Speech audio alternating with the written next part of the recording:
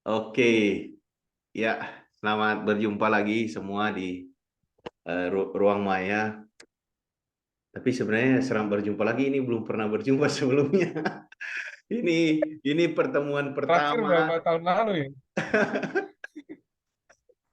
pertemuan pertama ini apa ya, orang-orang yang coba menghidupkan kembali semangat gelora kesarjanaan kritis. Asik. Walaupun memang kelompok ini belum punya nama, tapi nanti kita tentukan nama itu apa. Untuk sekarang kita mulai dulu ngumpul dengan tujuan mendiskusikan buku. Nah, Hmm. kita mulai dari hal yang paling sederhana dulu, baca buku. Nah, karena orang sekarang kalau kalau cuma sekedar komentar-komentar gitu kan, itu sudah banyak di medsos. Nah, tanya apakah mereka baca atau tidak, itu persoalan lain kan. Jadi kita Hmm. kita kembali lagi ke basicnya, ke dasarnya dengan cara membaca buku. Dan kali ini bersama dengan Bung Peter mau mendiskusikan buku dari tokoh fenomenal ya, almarhum Benedict Anderson.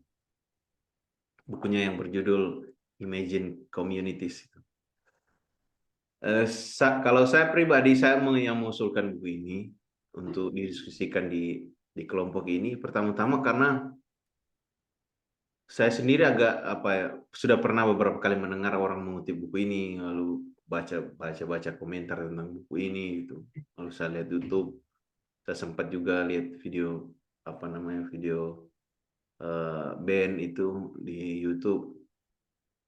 Tapi yang membuat saya tergerak adalah ada rekan orang sini, orang Inggris karena saya lagi di Inggris, yang nge-tweet tentang buku ini gitu.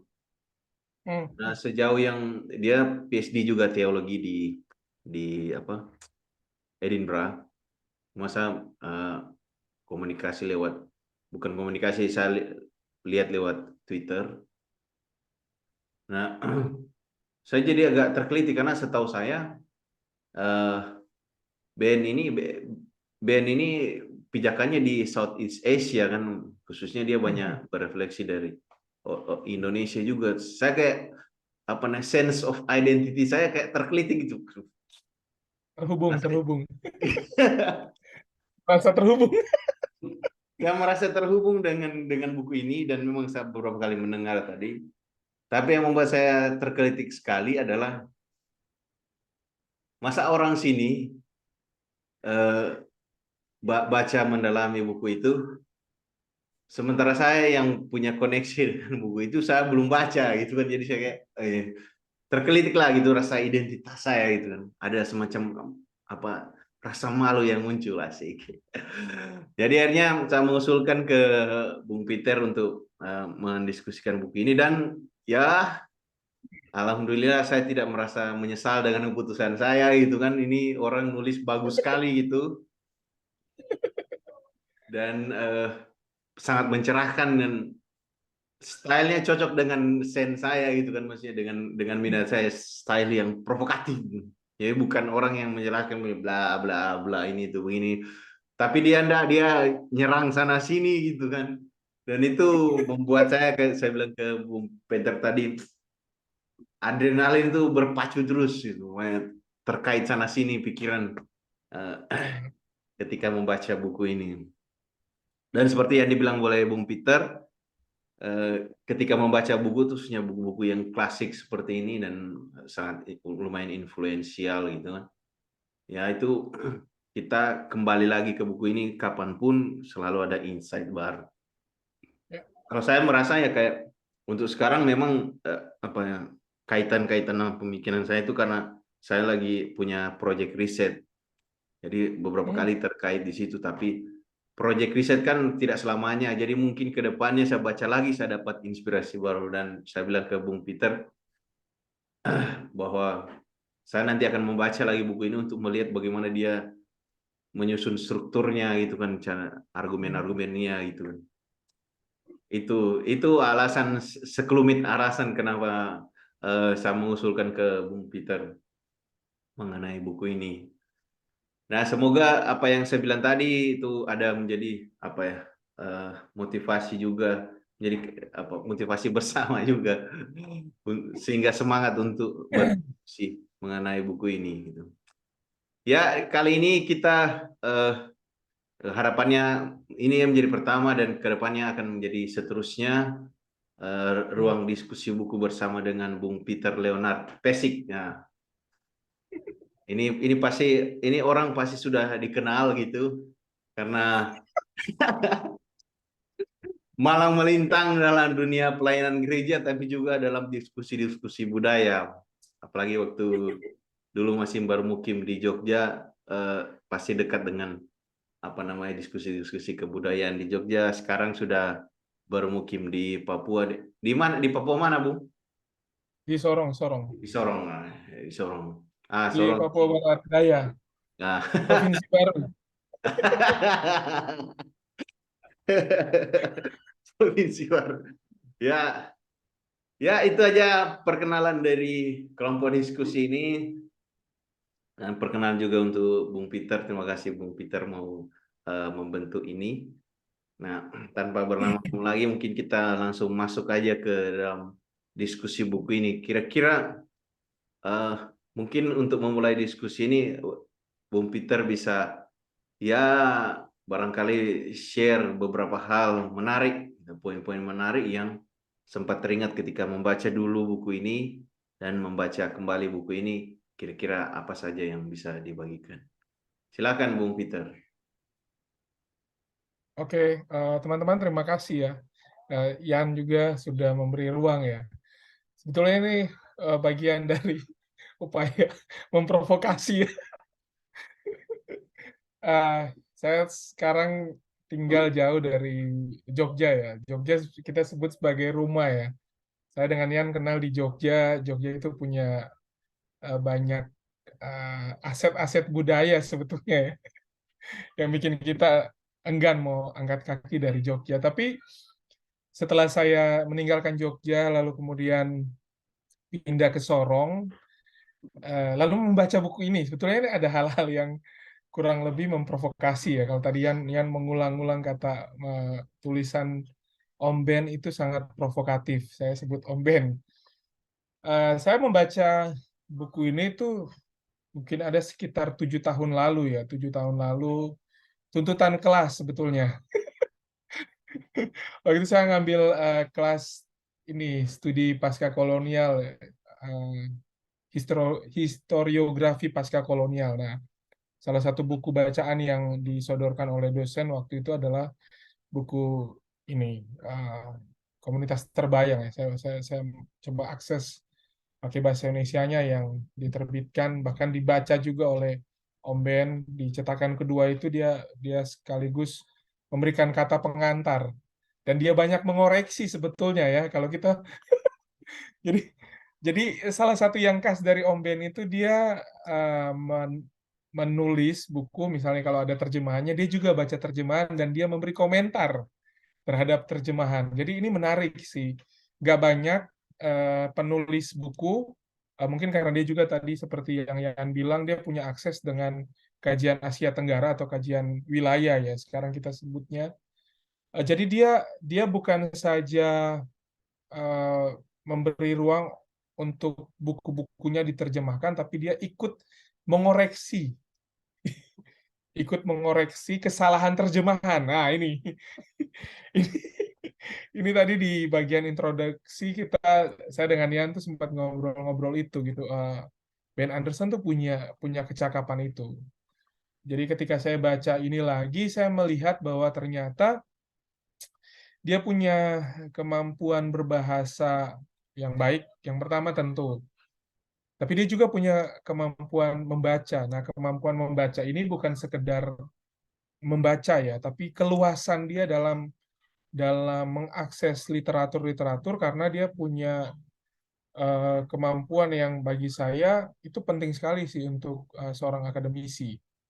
Misalnya kalau kita baca di bagian pendahuluan, dia langsung biasanya orang membuat sebuah pendahuluan buku itu kan semacam membuat kayak intisari dari buku ya, itu umumnya ditaruh di pendahuluan, baru nanti dikupas tuntas di bagian isi. Tetapi kalau kita baca bukunya Om Ben, khususnya yang buku ini yang kita sedang diskusikan, kita akan menjumpai dari bagian pendahuluan tuh kita udah tahu dia isi bukunya nanti ini bukan sekedar sebuah deskriptif tentang satu topik, tetapi dia udah memprovokasi dari awal gitu.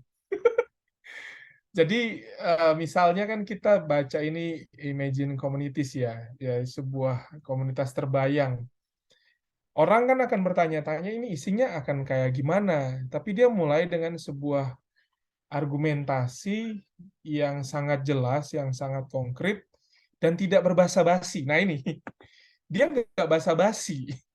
Dia langsung mulai dan dia bilang, di bagian awal dia langsung ngomong bahwa ternyata nasionalisme yang bagi sebagian orang itu sebuah pencapaian atau penemuan, pokoknya sebuah kehebatan abad modern lah. Tapi dia mulai memberi argumen bahwa ternyata nasionalisme yang kita yakini selama ini, bahkan kita hidupi dan diajarkan, itu tidak lain tidak bukan hanya sebuah artefak budaya gitu. Itu kan eh, apa ya? Betul-betul mencoreng muka para pemikir politik gitu kan. Jadi keluasan dia sedemikian luas dia membaca teks, jadi dia bisa meminjam argumen sejarawan, dia bisa meminjam argumentasi politisi, baru dia adu gitu, baru dia menawarkan sesuatu gitu. Jadi itu pola-pola yang sangat khas dari band gitu. Jadi dia bilang sebetulnya selama ini kita menghidupi sesuatu yang sebetulnya melecehkan kita, tapi kita nggak sadar. Jadi dia mencoba memberi argumen kayak bangsa itu kan sebetulnya sesuatu yang nggak ada. Hanya karena diberi nama, lalu kemudian kita membayangkan oh kita sebagai satu bangsa gitu. Nah, ketika saya membaca ini dengan perspektif saya hari ini tinggal di Papua, saya menemukan itu gitu. Ternyata ini persoalan gitu. Kami di ujung timur ini kan tempat yang terasing ya. Jadi membandingkan bukan sekedar membandingkan lokasi ya, tetapi ada banyak hal yang betul-betul membuat saya jadi bertanya ulang. Sebetulnya ini kita sebagai bangsa atau sebagai apa gitu? Hanya karena kita ditempatkan di ujung timur lalu kemudian ya sudah itu kalian bangsa Indonesia, kita diikat oleh satu kesatuan. Nah, kalau kita membaca BN kita akan menjumpai fakta yang kurang lebih sebetulnya kita di bagian timur nih rasakan. Kita mempertanyakan gitu identitas nasional kita dari akses-akses yang sebetulnya kita nggak punya gitu. Kayak kami misalnya sekarang ini kan punya problem karena eh, kita tinggal di provinsi yang baru mekar, baru pemekaran ini. Ini kalau misalnya dibilang provinsi paling muda ya Papua Barat Daya. Saya ngobrol-ngobrol kemudian dengan beberapa teman-teman guru, mereka sudah 3 bulan ini nggak dapat gaji gitu. Karena alasannya kan gaji PNS itu, khususnya guru-guru yang ada di sini itu digaji dari provinsi. Sementara provinsi ini baru saja terbentuk akhir tahun. Jadi bisa dibayangkan gitu. Nah ini kita kembali bicara. Kita membayangkan bangsa bangsa seperti apa gitu. Jadi wajar dong kalau misalnya kita di bagian timur kemudian membayangkan bangsa Indonesia tuh bukan bagian dari kita. Nah, itu sebetulnya ingin dijelaskan oleh Ben. Ben bilang apa bangsa itu kan dibangun dari banyak perang. Setelah bangsa itu muncul, kita mengeluh-elukannya. Sebetulnya kita sedang mengeluh-elukan sebuah bangunan yang sangat rapuh gitu. Kurang lebih Ben dengan ini saya mencoba membahasakan ulang gitu. Bagaimana dia mengutip bagian-bagian yang sangat penting. Khususnya kalau kita bicara tentang membayangkan itu kan terminologi Amerika itu kan sangat sangat sangat nyata sebetulnya, kayak American Dream lah misalnya gitu. Nah, Indonesia 2040, nah bagi Ben itu nggak realistik gitu.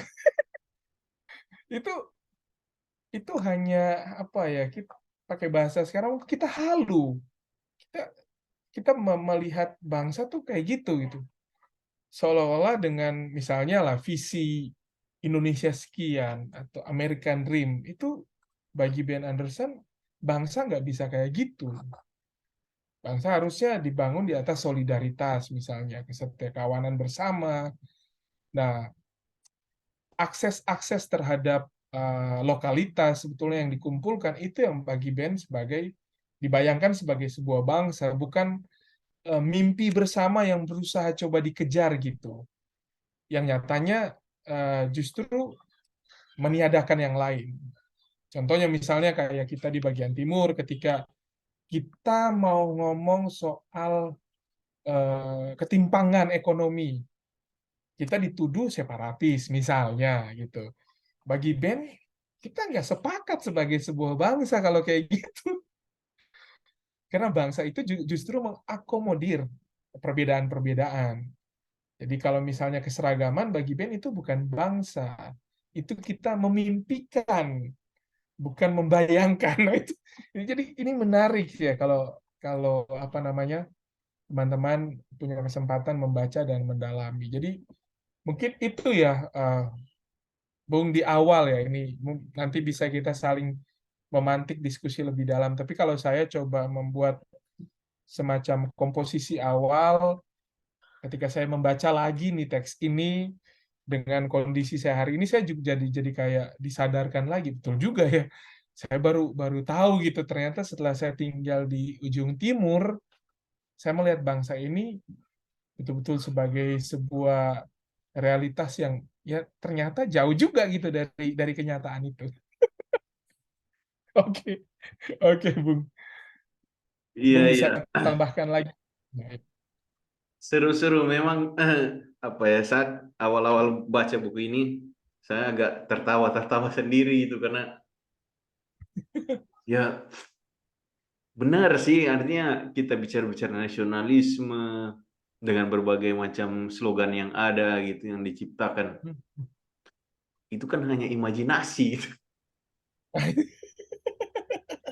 Tapi menariknya gitu kan, Ben masuk sampai ke, kalau menurut saya lihat dia masuk sampai ke semacam apa ya, kompleksitas dari imajinasi ini. Jadi imajinasi ini kita membayangkannya kayak ada semacam kesamaan, ada apa ya, ada semacam common ground gitu, ada dasar bersama gitu kan, dengan orang-orang yang tidak dikenal, tidak pernah Betul. dijumpai, dan orang-orang yang punya rasa nasionalisme bersama, katakanlah orang Indonesia ini, ya merasa tidak perlu untuk saling mengenal gitu. Dan saya pikir, saya baca itu saat sampai komen gitu, saya komen di buku itu, saya tulis, saya, ya benar sih, maksudnya ya tidak ada keinginan gitu kan untuk apa. Yang penting kita tahu ya kita satu satu nation gitu. Kita punya semacam nasionalisme bersama. Jadi apa? Kompleks juga gitu. Kompleks dalam arti nasionalisme ini kita merasa ini simpel aja, tapi dalam operasinya gitu kan, dalam pelaksanaannya, dalam artinya ketika diduduki dalam konteks negara tertentu, ternyata dia kompleks betul. Dan eh, apa, kalau Ben bilang di sini, kalau saya pakai istilah, ada semacam keterpisahan gitu. Nah, Jadi nasionalisme itu mengandaikan keterpisahan yang ditandai dengan bahasa, dengan eh, warna kulit gitu, sama lalu kulit. bentuk tubuh dan seterusnya. Itu kan ada tanda itu, dan itu menyiratkan apa, eh, menjadi semacam penanda nasionalisme di situ. Tapi kalau dipikir-pikir ya memang apa, keterpisahan itu bukan hanya keterpisahan dengan orang luar, di dalam sendiri pun gitu kan, kayak kata kita lah orang Indonesia gitu kan, yang punya banyak bahasa gitu kan, warna kulitnya macam-macam gitu, bentuk wajahnya macam-macam, bentuk hidungnya macam-macam, berbagai macam perbedaan yang lain gitu. ada semacam kebingungan juga gitu kan Ya, istilahnya. Jadi apa masih kompleks gitu nasionalisme itu imajinasi kata Bung Peter tadi bahwa dalam kenyataannya gimana sih sebenarnya ini kan, tapi dalam imajinasi pun gitu kan dia kompleks dan paradoksal gitu, tidak pernah settle gitu. Iya benar sih. Dan orang kadang kayak apa ya, model-model kayak bilang Indonesia apa yang menunggu 100 tahun Indonesia itu kan kita menuju ke sana gitu. Itu benar gitu ada ke sana, tapi ada semacam apa namanya impian gitu model-model Amerika gitu, American Dream. Ya, ya salah satu penggerak di situ kan alumni Amerika gitu. Jadi ya mereka membayangkan yang seperti itu, tapi kayak gimana sih sebenarnya kita mau ke sana itu, ujungnya di sana itu bagaimana, dan yang akan tiba di sana itu siapa aja kan nggak jelas semua. Jadi orang cuma bilang ya kita akan ke sana bersama-sama, dan tujuan-tujuan awal pun gitu kan yang dididikan bahwa kita akan kayak tadi Bung bilang solidaritas, kepedulian terhadap sesama, tolong menolong, tenggang rasa, berbagai macam nilai yang kita pelajari di sekolah dulu kan gitu. Ternyata enggak ada gitu. Jadi bagaimana sebenarnya nasionalisme ini itu? Bingung kan, riset saya kan sekarang saya baca novel Felix Nesi kan, Felix Nesi dan Sucian Marching itu kan paradoksal gitu. Mana nasionalisme gitu kan membunuh anggotanya sendiri kalau saya ya, pakai ya, bahasa. ya, ya, betul, betul. Jadi apa eh, akhirnya saya jadi band di sini yang memperlihatkan itu tadi kompleksitas itu. Nah, di dalam kompleksitas itu ada hal lain yang menurut saya agak miris juga, dan memang kayaknya mungkin jadi semacam energi gitu dari nasionalisme itu. Dia pakai istilah self sacrificing love gitu. Jadi semacam Iya, cinta untuk mengorbankan diri sendiri itu kan jadi semacam energi dari nasionalisme gitu kan. Kalau ya, dia pakai betul. istilahnya jadi moral grandeur gitu. Jadi orang yang hebat sekali gitu, hebat sekali sebagai seorang yang nasionalis itu dia harus mengorbankan dirinya sendiri. Nah, saya jadi teringat eh, cerita Muhammad Hatta, Hmm. Muhammad Hatta yang berkorban sedemikian mungkin, lalu kemudian ujung-ujungnya dia nggak bisa bayar listrik kan rumahnya. Itu beberapa kali diulang gitu, dan itu interpretasi mungkin orang beda-beda gitu kan, tapi yang diangkat dan diulang adalah itu nasionalis itu seperti itu, dia harus mengorbankan dirinya sendiri kan gitu kalau pakai SDN itu. Jadi ya mungkin saya kadang sebelum baca buku ini saya berpikir Muhammad Hatta ini orangnya ideal ya, mungkin nasionalis yang ideal yang Muhammad Hatta ini itu. Tapi setelah saya baca ini ya mungkin Muhammad Hatta itu udah termakan termakan imajinasi yang kompleks dan paradoksal ini gitu. Ya, Itu sih saya menarik menarik. ya, termasuk instrumen agama ya. Eh, ya, karena kita mungkin punya basic teologi ya. Jadi saya kira itu yang juga disoroti sama Ben ketika dia bicara soal bagaimana agama itu juga punya punya sisi yang salah satunya tadi menyatukan, lalu kemudian kita diajak untuk memiliki rasa kebersamaan, mengorbankan diri sebagai satu komunitas keagamaan yang sebetulnya itu rentan dieksploitasi gitu. Ya, makanya kan dia menunjukkan bahwa agama pun kemudian pada tingkat tertentu runtuh, lalu kemudian diisi oleh eh, sesuatu yang baru lagi, lalu kemudian runtuh. Dan akhirnya bangsa itu menampung mereka semua. Agama, identitas agama, lalu sisa-sisa kerajaan-kerajaan yang sudah runtuh, lalu dijadikan jadi satu. Jadi nasionalisme itu kayak melumat semua jargon-jargon itu dikumpulin jadi satu, lalu kemudian dibuat orang supaya menyadarkan bahwa ini loh kita nih loh bangsa tuh kayak gini. Eh, Tanda petik ya kita punya jargon Bhinneka Tunggal Ika dan sebagainya. Ini kan mencoba mengakomodir seluruh rangkaian perbedaan-perbedaan ya. Tapi nyatanya dia tidak bisa memuaskan itu. Jadi bagi saya itu juga problematik. Seperti yang tadi Bung Yan bilang, sangat-sangat problematis karena bisa dibayangkan bagi kita yang sebetulnya tidak saling kenal, lalu disatukan dan kita sebut ini kita bangsa Indonesia. Itu kan lalu tidak ada usaha untuk saling mengenal satu dengan yang lain gitu. Dan hari ini kan kalau kita lihat komentar-komentar misalnya kayak tadi saya sempat ulang ya kayak kalau kita di timur nih ngomong sedikit kan pasti wah kalian di sana tuh kan ini karena mereka nggak bisa membayangkan kondisi real yang ada di Papua. Sama halnya misalnya kita juga orang di timur mengomentari wah Jawa tuh begini-begini bisa dibayangkan silang pendapat yang tidak pada tempatnya. Nah, itu yang dilihat oleh Ben bahwa membayangkannya saja sudah rumit.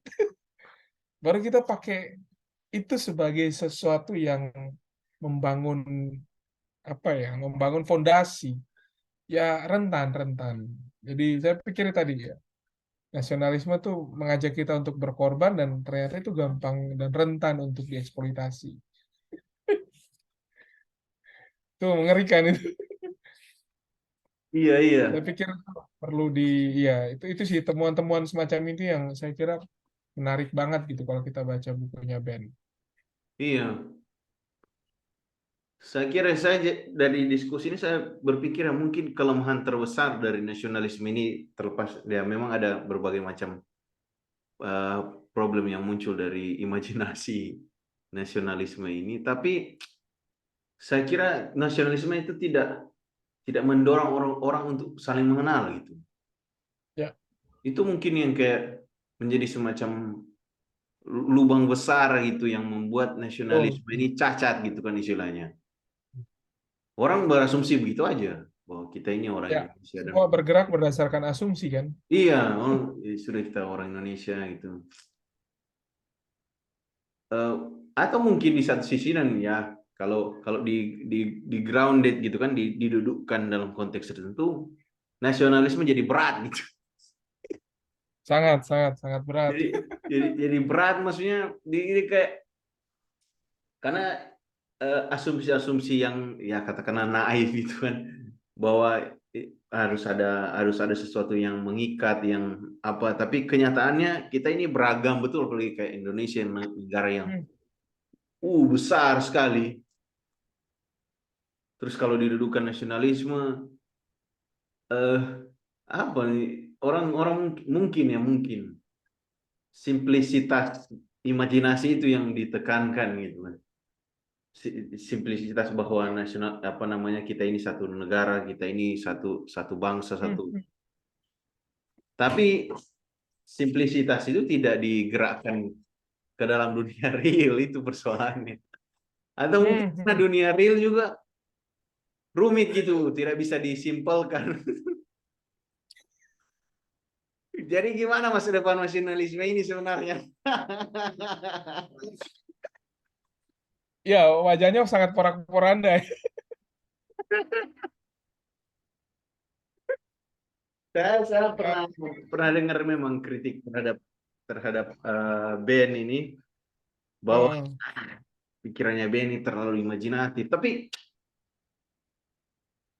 maksudnya apa istilahnya? Bukankah kita semua ini digerakkan oleh imajinasi gitu kan orang pikir. Seakan-akan itu kayak Ya. oh, ada orang bilang ya terlalu imajinatif ini. Ya kita kan memang bergerak ya. Kita jumpa ini kayak saya dengan Bung Peter ini kan ibaratnya imajinasi kita jumpa sekarang ini. Wong kita nggak bersentuhan kok. Jadi memang Hmm. apa istilahnya? Memang hal-hal yang sesuatu kayak komunitas gitu ya saya setuju sekali Bung Peter bilang tadi bahwa nasionalisme ini coba menampung semua gitu kan identitas-identitas yang terserak ini, Ya, identitas yang terserak, lalu kemudian kayak bingung mau kemana, nasionalis datang bilang, ini loh, kayak Sumpah Pemuda gitu kan. Ini loh, ya. memberi semacam meaning gitu kan, memberi arti gitu kan. Legitimasi. Iya, legitimasi. Memberi itu, ayolah kita gini. Dan ya dalam batas tertentu ya bukan dan memang tak jarang pula di eksploitasi karena dia dijaga di atas gitu kan bahwa ini kita punya ide ini dan diprotek oleh bahkan sampai militer juga turun tangan untuk melindungi imajinasi ini. Ya karena simplisitasnya orang bisa main-main gitu kan, memainkan gitu kan. Tapi ya karena memainkan imajinasi, jadi orang-orang yang dimain kasihan ini saya jadi merasa iba dalam arti kasihan orang-orang yang tidak bisa bermain, yang dalam posisi dimainkan gitu, yang Betul. dimainkan oleh imajinasi ini. Ya, ya memang bagaimana kita melihat itu ya, Ben bisa menemukan sumber tadi kayak Bung bilang bolong besarnya gitu sebetulnya dari nasionalisme. Ini bagi saya temuan yang cukup menarik gitu ketika jadi Ben tuh seperti kayak orang lain sedang jalan jalan maju nih. Ben sendiri bilang, enggak, kayaknya kita harus jalan balik. Jadi eh, kritik itu kemudian akan muncul kalau orang-orang yang sangat optimistik, oportunis membaca karya ini mereka akan sangat mengkritik habis-habisan karena bagi dia tulisan semacam ini memadamkan masa depan gitu. Jadi sementara bagi Ben untuk menata masa depan kita harus memperbaiki bolong besar ini dulu gitu. Karena wajah politik kemudian di masa depan kan akan eh, bagi saya ini tulisan Ben sangat profetis gitu. Saya mungkin pakai istilah istilah teologis yang sangat profetis. Buktinya ketika misalnya kita terlena ya 2014 tuh kan jargon-jargon itu kemudian muncul. Nasionalisme, eh, revolusi ABC itu itu sangat itu Ben udah nulis itu gitu loh. Eh, itu saya kalau baca-baca lagi gitu, wah, gila ini orang ini sangat mungkin kalau dia bisa dijadikan nabi masa depan ini dia sangat profetis gitu. Ini bukan kita mau mendorong dia supaya jadi nabi, ada juga celah untuk mengkritik band gitu. Tapi tadi saat orang lain berbondong-bondong melihat sejarah itu sebagai linearitas bergerak maju, band kayak motong gitu. Ya kalau misalnya motong di kaki nggak apa-apa, ini motong di leher gitu. Langsung tercover gitu. Kita kayak kita disadarkan ulang gitu. Wah, ternyata kita sedang apa ya berjalan di rel yang bukan ke depan, kita stagnan gitu. Karena tadi eh, apa yang Ben tulis tuh dalam buku ini kayak kayak terulang lagi gitu. Setiap saat misalnya sekarang kalau di Indonesia ya, politik identitas tuh kan ini udah pengen ke 24 kan, itu sudah mulai muncul. Nah, sentimen-sentimen itu kan sudah dibangun, dipelihara sekian lama. Jadi bayangkan kemenangan politik misalnya partai ABC itu dibangun di atas sentimen-sentimen, tapi ujungnya katanya bangunan ini nasionalisme. Nah, itu Ben mengkritik betul itu. Ben mengkritik yang kayak gitu. Eh, kita ngomong, kayaknya kita udah keren banget gitu. Wah, nanti si ini mempresentasikan Indonesia sekian, sekian, tapi nyatanya jauh dari itu. Gitu sih. Itu saya coba apa daratkan kembali ya, khususnya dalam konteks kita di Indonesia. Isu yang paling umum ya, politik identitas dan sebagainya itu bagian dari lubang besar nasionalisme sih yang mudah untuk ya digerogoti lah. Bolong besarnya itu sampai sedetail itu gitu dalam operasinya. Aduh. Iya. Jadi kalau kalau kalau kalau kita memakai Ben ya sebagai kacamata untuk melihat diskursus politik Indonesia sekarang gitu kan. Ya Hmm, paling sederhana kita bertanya sebenarnya kalian ini membangun imajinasi apa? ya, Dengan betul. berbagai macam jargon apa segala macam, kalian mau bangun imajinasi apa? Lalu pertanyaan yang paling penting adalah kalian mau apakan imajinasi itu kan itu? Ya, ya, ya.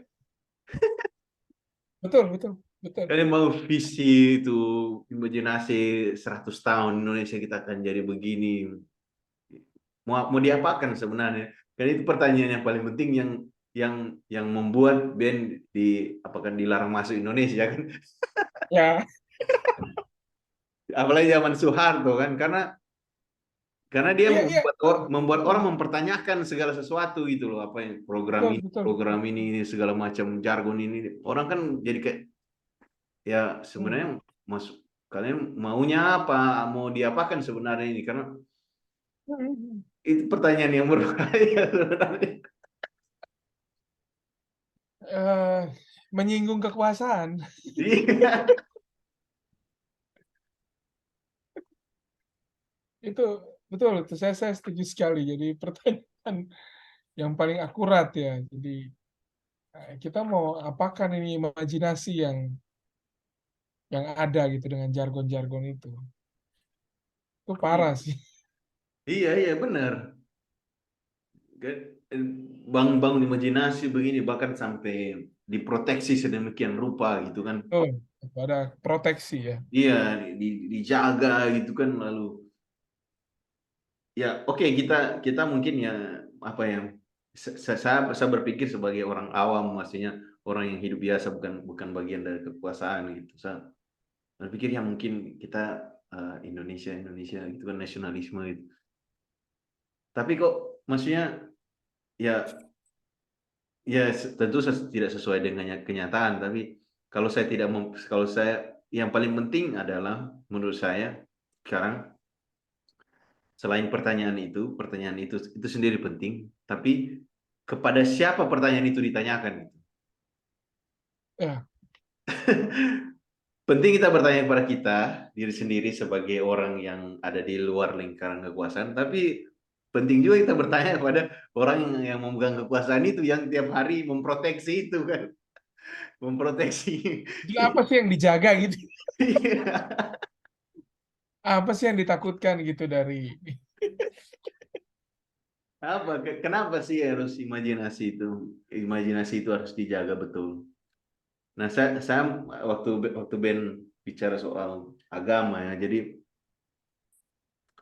memang dia ceritakan dalam buku itu soal nasionalisme itu muncul karena apa, orang-orang mulai mulai keluar dari tempurungnya gitu kan, kalau pakai istilahnya Ben. ya, Jadi mulai berjumpa dengan berbagai macam orang.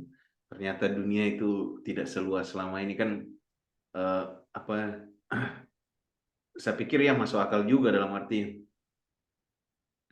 kalau orang hidup dalam satu komunitas yang homogen gitu kan, misalnya orang yang di daerah Eropa yang agamanya sama dari dulu itu, lalu keluar lalu jumpa gitu, lalu kemudian apa, dari agama yang punya punya semacam menjadi naungan gitu kan, naungan satu komunitas, ternyata setelah keluar agama itu ada banyak-banyak gitu, ada banyak macam agama, jadi orang mulai kaget dan apa, eh, persilangan antar berbagai macam agama itu kemudian memunculkan pertanyaan, kayak kita yang Kristen gitu dari Eropa terus datang ke wilayah Indonesia, kita ternyata kita sama Kristen dari Eropa tapi kita juga beda gitu kan, gimana gitu. hmm. Jadi apa, nah kesadaran-kesadaran ini yang penting. Nah, saya mulai agak terpikir bagaimana salah satu musuh yang digambarkan dalam imajinasi orang Indonesia sekarang kan imajinasi agama. Hmm. Jadi kayak agama versus nasionalisme kan, itu jadi semacam Betul, betul. benturan yang dibentuk sekarang. Mungkin kalau kalau berdasarkan penjelasannya Ben itu, ada mungkin orang-orang yang ingin membangun imajinasi agama yang dulu gitu. Agama pra perjumpaan tadi itu, perjumpaan yang bermacam-macam ini. Dan ya mungkin agak apa namanya, imajinasi agama pranasionalisme itu tidak terlalu menguntungkan bagi sebagian orang gitu kan. Jauh lebih menguntungkan ya yang nasionalisme ini yang ada sekarang ini. Jadi itu yang perlu dijaga gitu. Ya, ini saya masih saya coba apa berimajinasi kira-kira gimana. Karena kalau apa kira-kira menurut Bung Peter ya ini, apakah agama Kristen itu menjadi ancaman bagi nasionalisme? Sejauh yang kalau kita misalnya merujuk pada eh, sejarah kekristenan sendiri, dari luka-luka yang ada dalam sejarah sih, belakangan ini justru kekristenan sedang berusaha mencocokkan diri dengan nasionalisme yang dibayangkan oleh bangsa Indonesia sih, Hmm, ketimbang misalnya mencari garis pemisahnya. hmm, Karena wacana misalnya kayak eh, agama kekristenan yang identik dengan kolonialisme, itu kan narasi yang dibangun eh, secara sporadis ya, tahun-tahun awal imajinasi pembentukan. juga. Iya, sekarang ini saya lihat itu kekristenan mencoba mencari garis penghubung atau benang merah dengan nasionalisme yang dibayangkan oleh komunitas bangsa Indonesia. Jadi kalau Bung tadi bertanya apakah kekristenan itu kontras dengan nasionalisme, justru saya lihat ada upaya mencari benang merah. Padahal sebetulnya kalau kita membaca sejarah gereja ya, kita bicara gereja dalam konteks global ya. Hmm, Ya, gereja itu kan selalu punya sisi resisten, hmm, hmm, semangat dia misalnya terhadap ketimpangan sosial. Itu dalam sejarah dari waktu ke waktu kan sebetulnya itu yang menjadi wajah gereja. Gereja itu semacam sebuah sistem pemerintahan sendiri kan di dalam negara sebetulnya kalau misalnya kita bicara model pengelolaan dan sebagainya. Tapi fakta hari ini kan gereja mencoba mencari narasi penghubung, dan bagi saya itu sangat-sangat menggelikan gitu saat seharusnya gereja berada di sisi orang-orang yang terpinggirkan, kaum marginal, orang-orang yang saat ini mungkin sedang mengalami penindasan di daerah-daerah tertentu. Gereja mencoba mewujudkan wajah baru. Jadi sangat-sangat ini sih sangat paradoks wajah gereja Indonesia kalau kita bicara kekristenan secara global yang sebetulnya punya semangat juang yang, karena tadi narasi itu kan, narasi nasionalisme kita kan sudah dibangun dan tadi dijaga. Melawan itu berarti kita sedang mengorbankan diri. Nah, kayaknya gereja belum mau. Gereja kayaknya agak sedikit ini ya, trauma. Gereja sangat traumatik. Tapi saya pikir itu ada iya, ada yang ada pengalaman traumatik di masa lalu mungkin ya yang membuat iya. gereja hari ini. Saya pikir ada satu tulisan bagus ya dari Babang Budianto. Saya pernah baca satu tulisannya cukup menarik gitu, melihat respon gereja masa transisi 98 dan seterusnya. Hmm, hmm, hmm, hmm, hmm, hmm. Ada satu artikel pendek itu, kumpulan respon kaum Injili di Asia. Salah satu membahas Indonesia itu ada Bambang Budianto kalau nggak salah, dia menulis itu. Itu Hmm, menarik juga. hmm, hmm, hmm. Dan di situ kelihatan bagaimana eh, yang tadinya gereja misalnya kayak tahun 65 itu kan Iya. gereja sangat bersahabat gitu dengan membukakan tangan Hmm, hmm, hmm, kepada hmm. kelompok-kelompok eh, ex Iya. ekskil, kelompok-kelompok yang dituduh PKI. Itu gereja membuka tangan. Hari ini kita melihat gereja bukan membuka tangan, menutup tangan. Seolah-olah gereja di Zoom ini. Jadi yang tadinya membuka tangan sekarang menutup tangan. Itu sih ada perubahan-perubahan itu sih. Iya, iya, iya, Dan setelah membaca ini memang saya menyadarkan bahwa pada akhirnya kalau agama semakin dekat dengan kekuasaan dia akan punya wajah baru. iya, iya, iya, iya. Sih seperti apa yang Ben bilang bahwa ternyata ya tadi ketika dia keluar dari tempurung dia perlu masuk tempurung yang baru ternyata. Dia bukan keluar dari tempurung lalu merayakan kebebasannya, dia justru Iya, masuk ke tempurung yang baru gitu. iya, ya. Jadi dari satu kotak ke kotak yang lain sama aja sih sebetulnya. Cuman beda kotaknya aja, beda Iya, wajah. iya, Gitu. iya, Itu sih yang paling agak sedikit fatal dari kekristenan, gereja iya, dan wajah. Cuman nggak tahu, saya belum tahu.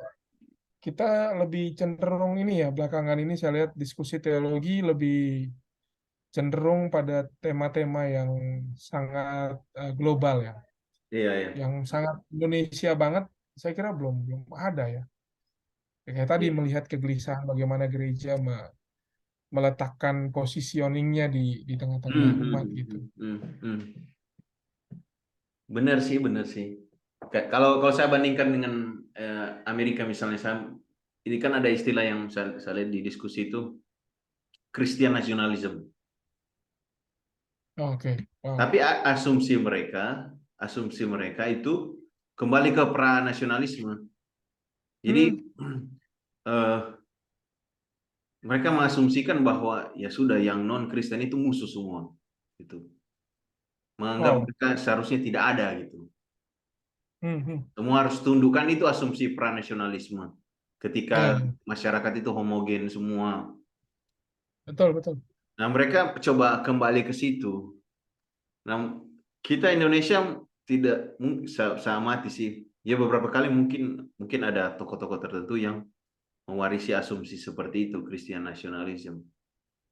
Tapi barangkali karena memang konteks kita berbeda ya.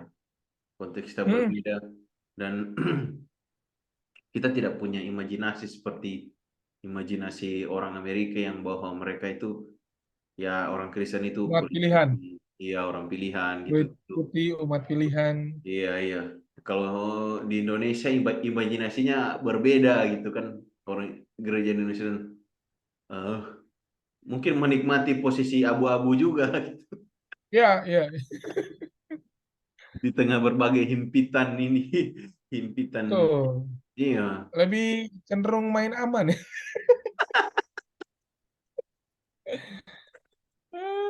Tapi ya tentu kayak Papua konteksnya kan agak berbeda. Papua lalu Manado, lalu daerah-daerah Hmm, yang dominan Kristen sedikit banyak punya apa gelora gelora diskusi mengenai eh, apa mengenai nasionalisme mungkin agak berbeda dengan teman-teman yang ada di Jawa dalam hubungannya dengan agama ya. ya, Itu saya merasa betul ketika berjumpa dengan teman-teman yang dari wilayah yang dominan bukan Kristen, terus dari saya sendiri dari wilayah yang dominan Kristen, itu dominan. interaksinya beda, beda, terasa gitu. Dan bagaimana memposisikan diri gitu kan, kayak satu contoh eh, em, apa namanya, di sini dalam konteks tempat tinggal di sini orang-orang itu betul-betul berpegang pada imajinasi nasionalisme sesama Hmm, orang Indonesia gitu. Nah, agama tidak pernah dibawa-bawa ketika jadi agama itu sesuatu nah, yang suci, yang sakral gitu, yang tidak boleh disentuh dan di saat bersamaan berbahaya kalau disentuh gitu. Nah, ini apa eh, ini momen ketika nasionalisme itu berguna mungkin ya. Imajinasi nasionalisme itu berguna bagi masyarakat oke, diaspora bisa gitu. bisa jadi ya. Ya. Iya, tapi ya agak rapuh juga karena dia terlalu simplistik kayak istilah pembahasan kita tadi ya. Betul. Terlalu sederhana karena kenyataannya kita akan bentrok juga pada akhirnya. Contoh misalnya kayak apa namanya, ngucapin hari raya gitu kan, selamat hari raya, selamat Natal gitu, atau mungkin dari Kristen ke selamat Idul Fitri itu kan apa maksudnya berasa juga kayak misalnya saya kasih selamat ke teman gitu kan, yang atau kenalan yang merayakan apa hari raya di agama lain gitu, saya agama Muslim, terus dia nggak balas cuma read gitu kan, kita kan kayak Hmm. gimana nasionalisme ini, gimana persatuan kita. Jadi kikuk ya. Iya, jadi kikuk itu tadi apa istilahnya, nasionalisme itu idea yang yang cacat sebenarnya, dan tidak penuh, lalu mau bilang lengkap tidak Ya, lengkap ya. juga sebenarnya gitu. Jadi eh, dan ya dia sedikit banyak mungkin ketika kalau kalau ada, karena dia berfungsi seperti Bung Bung Peter bilang tadi, berfungsi sebagai naungan ya, sebagai tempurung katakanlah begitu, sebagai tempurung bagi orang-orang tertentu, dia akan sangat anti dengan tempurung-tempurung lain gitu. Ya. Akan jaga betul supaya jangan sampai ada tempurung baru gitu. Tempurung itu bisa agama, bisa lokalitas, identitas lokal, Ya. itu menjadi apa apa bendera merah itu kan, red flag kalau sini bilang. Hmm. Bendera merah, wah, ada tempurung baru yang akan menggantikan tempurung ini gitu. Ya. Jadi bisa dibayangkan ya, buku ini bisa mengantar kita untuk percakapan yang sangat, bagi saya ini luar biasa gitu. Dia bisa mengeksplor diskursus jadi lebih luas kalau kita mau konkretkan ke keseharian kita itu, perjumpaan-perjumpaan kita dengan yang lain. Karena kan misalnya kalau kita bicara wacana teologi soal ya yang si yang lain, itu Iya. kan tetap ada kacamata agama ya, yang Hmm. payung ya, kita sebut Hmm. payung atau tempurung. Hmm. Tapi Hmm. sementara kalau di tengah-tengah nasionalisme kan seolah-olah semua itu harus ditiadakan dulu. Kita Iya, harus mengutamakan ini dulu gitu loh. diabaikan Padahal gitu. ternyata, iya, ternyata dia nggak bisa dijalankan dalam waktu yang bersamaan. Sementara itu dituntut juga oleh si nasionalisme untuk menjalankan semua secara bersama-sama. Sementara Hmm. faktanya kan itu tidak bisa gitu. Dalam waktu yang bersama kita bisa menjadi sangat Indonesia sekali kayak tadi di diaspora. Hmm. Tetapi dalam waktu yang bersamaan ada identitas agama kita yang juga bisa tersenggol, yang rentan gitu. Wah, itu kan mengerikan. Iya, iya, iya, benar, benar, benar, benar. Jadi peluang-peluang ini yang saya juga memang lihat kayak di kami di Sorong ini kan, sebetulnya kalau di bagian kota nih sudah sebagian besar, biasa orang sini kita sebut sebagai, kita kita yang dari luar non Papua ini kan sebagai pendatang. Hmm. 60% lah wajah kota Sorong nih, kalau kemana-mana kita sudah jarang menemukan orang asli. Hmm. Tapi bagi sebagian besar itu orang mungkin menilai itu sebagai sebuah kemajuan, tapi bagi saya ini hanya tinggal nunggu momentum ada gesekan, lalu Hmm. kemudian dia pecah menjadi konflik Iya, yang besar gitu. Ya, iya. tapi bagi sebagian orang ini kan sebagai, wah, ini sebagai sebuah tanda bahwa ternyata kita semakin beragam. Hmm. Ini Hmm. tanda kita semakin bisa menghargai, bisa hidup berdampingan. Faktanya kan nggak kayak gitu. Hmm. Hmm. Itu Hmm. tinggal Hmm. menunggu momentum untuk ada gesekan sedikit, lalu kemudian, ya, sementara nasionalisme itu sangat menuntut, Hmm. kan Hmm. Hmm. menuntut keseragaman, menuntut kita menjadi sama dengan yang lain. Hmm. Sementara yang tadi kayak Bung bilang di awal, tidak mengajari kita untuk mengenal, tapi Iya, iya. menuntut kita untuk seolah-olah dengan nasionalisme itu alat komunikasi untuk mengerti orang lain. Iya, Itu kan berbahaya sekali gitu. iya, iya, Jadi iya. seolah semakin kita nasional, semakin kita dikenal gitu. Padahal kan enggak. Hmm. Semakin kita nasional, semakin kita punya peluang untuk berjumpa dan rentan ada gesekan dan konflik. Betul, saya kira itu contoh yang tadi Bung Yan bilang sangat real gitu. Di satu sisi kita di diaspora, ya kan, wah ini ada nasionalisme yang memayungi kita, tapi ternyata ada payung lain yang juga, wah ini bahaya. Iya, Iya, iya, iya, wah, benar, wah, benar, benar, keren, keren. benar, benar, benar, benar, benar. Iya ya. Ya,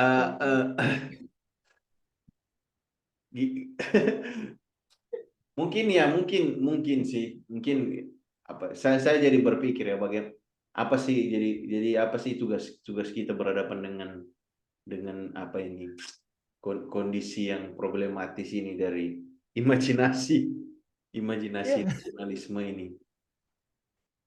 Eh, ya kalau saya berpikir sederhana mungkin kayak apa ya kita terus-terusan memberi interpretasi baru gitu di tengah betul.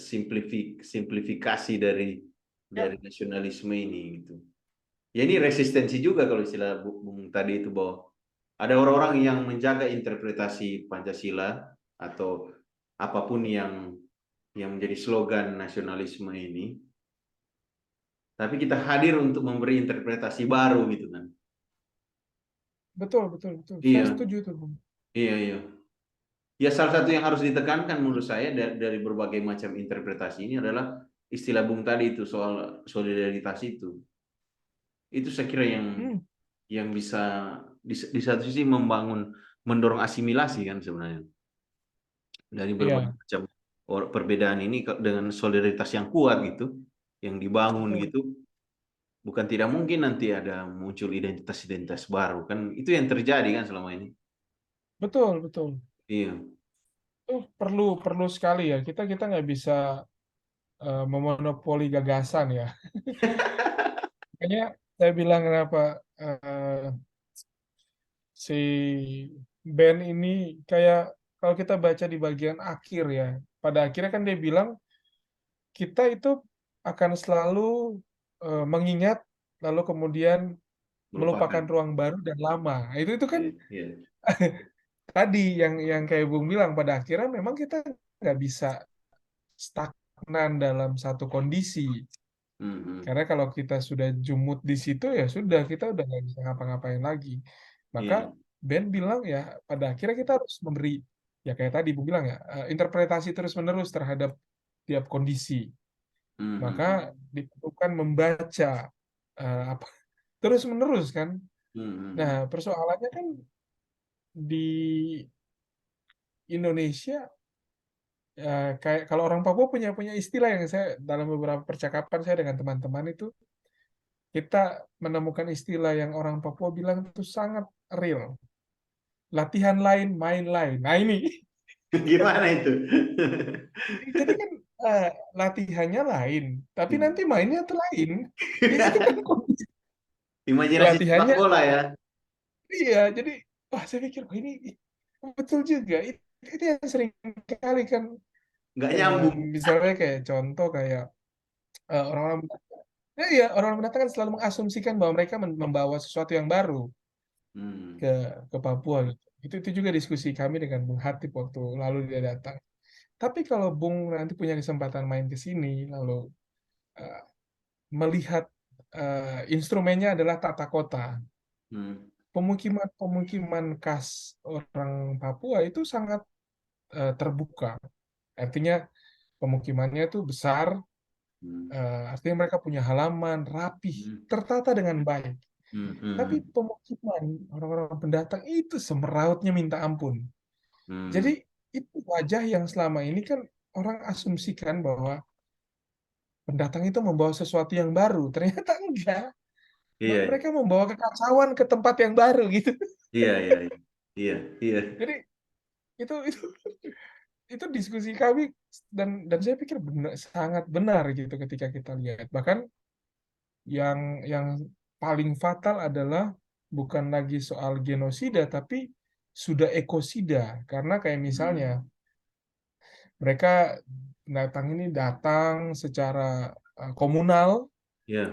ke tempat yang baru ini bahkan mereka membawa serta misalnya hewan-hewan yang ternyata itu nggak cocok untuk ada di tempat ini. Dan misalnya kayak di Papua kan nggak kenal lele. Bayangin orang membawa itu dari sana, dari Jawa misalnya, ke sini lalu. Sekarang tuh ikan sapu-sapu pun udah ketemu di kali-kali. Dan itu kan predator rata-rata hewan-hewan kayak gitu. Hmm, Jadi bisa dibayangkan mereka juga iya, iya. membawa serta eh, hal-hal semacam itu, dan bagi saya itu sangat-sangat mengerikan dan itu real terjadi gitu di kondisi. Makanya membaca band dalam konteks saya di Papua nih sangat-sangat, wah, saya langsung jadi mikir-mikir lagi. Parah, parah, parah. Jadi kayak gitu sih, Bung. Saya setuju bahwa perlu terus melakukan pembacaan ulang ya Iya, terhadap uh,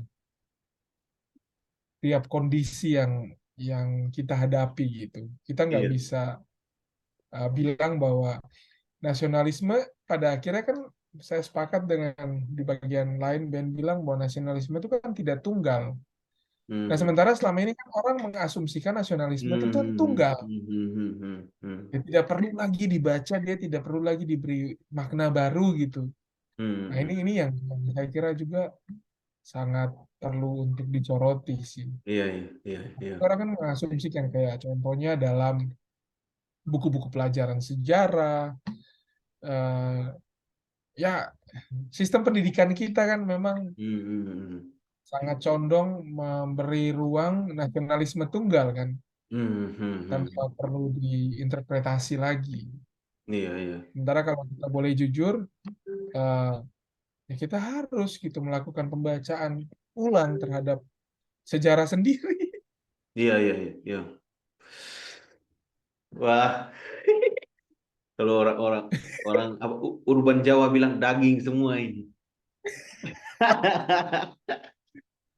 Jadi dari penjelasan terakhir tadi eh, Bung Peter, saya jadi terpikir memang metode metode apa materialismenya apa dari Marxis yang sedikit banyak diadopsi oleh apa juga kan oleh Ben. Hmm, Ada imajinasi yang diproteksi, yang dipelihara dan seterusnya. Tapi itu kita selalu harus benturkan dengan kondisi-kondisi real, kondisi kondisi material gitu. ya real betul. Betul. Sepakat Sehingga saya. kelihatan kelihatan kompleksitasnya gitu, dan Ya, dari situ mungkin kita bisa masuk, oh ini butuh betul, betul. interpretasi baru tuh seperti ini gitu kan. Itu mungkin itu saya kira apa ya, eh, Ya, apa namanya, bekal utama bagi kita ya. Kalau kalau ke depannya kita bersinggungan dengan imajinasi ini, seperti Bung Peter tiap hari bersinggungan iya, dengan iya,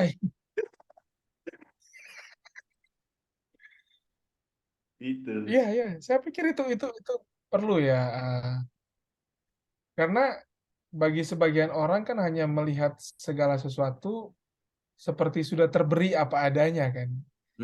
Ya, Hmm. bagi orang kayak Ben enggak, sesuatu yang terberi itu juga sumber masalah. Jadi wah, Ben ini betul-betul memang langsung dipotong di leher gitu. Jadi dia tidak pakai di di mana gitu, di babatnya, langsung langsung sikat ke inti gitu, yang bagi saya itu sebetulnya bangunan fondasi dari nasionalisme ya, Hmm. imajinasi. Yang dia bilang kita perlu periksa ulang nih setiap imajinasi yang kita bayangkan kan, sebagai Iya, sebagai orang Kristen, sebagai gereja. iya, Eh, kan orang-orang orang mendorong untuk cari sesuatu yang bisa dibangun secara bersama-sama kan. iya, iya. Tapi nyatanya itu juga problematik. Wah, ini menarik. Hmm. Memang untuk bahas buku ini sih nggak bisa satu sesi ya. Dia Iya, akan iya, panjang karena dia dia memberi kita sebuah kacamata untuk meneropong ya, iya, iya. meneropong realitas. Betul tadi kayak Bung bilang, dia sangat banyak meminjam metodologi Marxis untuk Hmm. melihat kondisi real, kondisi Hmm. materialnya itu seperti ini gitu. Jadi Hmm. bagi dia imajinasi pun bisa dilihat wujud materinya.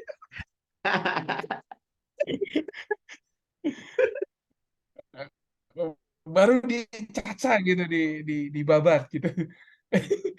Bagi orang kan imajinasi ini nggak bisa diukur, ya kan? Kalau Hmm. kalau penelitian-penelitian sudah bicara soal imajinatif itu kan penelitian-penelitian yang bagi orang ini nggak bisa diukur. Tapi bagi band nggak ada wujud materialnya. Iya, iya, benar, benar, benar, benar, Kan benar. gitu. Gitu.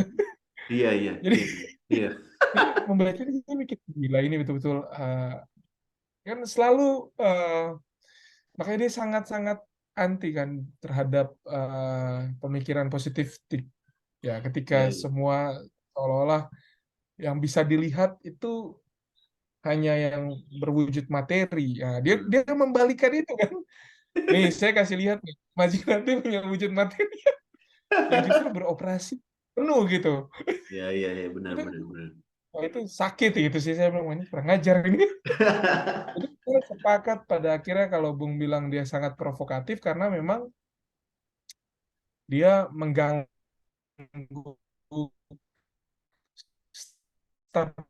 stabilitas itu stabilitas itu parah sih. Iya, iya. Ya, eh, semoga diskusi ini berlanjut terus. Seperti Bung bilang tadi, Oke, kita Bung. sebenarnya nggak puas kalau hanya satu sesi. Dan Ya. ada usulan dari Bung tadi soal buku yang lain yang memang apa namanya, yang bisa menyambung dan bisa lebih mendalam lagi kita membahas diskusi seperti ini. Mhm. Mungkin juga ke depannya nanti ada teman-teman yang akan join juga kita, Saya ikut ikut serta ya. uh, ikut ikut terprovokasi. Ini perlu dirayakan ini sebagai pertemuan pertama yang diharapkan continue ya. Iya, iya, benar-benar sekali, Bung. Ya, Bersifat tugas-tugas tugas kita terus-menerus mempertanyakan imajinasi. Ini imajinasi apa ini yang sementara dibangun ini orang-orang ini. ya, betul betul betul. Pada akhirnya itu kita kita perlu perlu melihat itu. Iya, iya. Perlu Ya, terus membuat interpretasi ya. interpretasi. Siap. Siap, siap. Terima kasih Bung Peter, terima kasih semua yang mengikuti. Sampai jumpa di diskusi selanjutnya.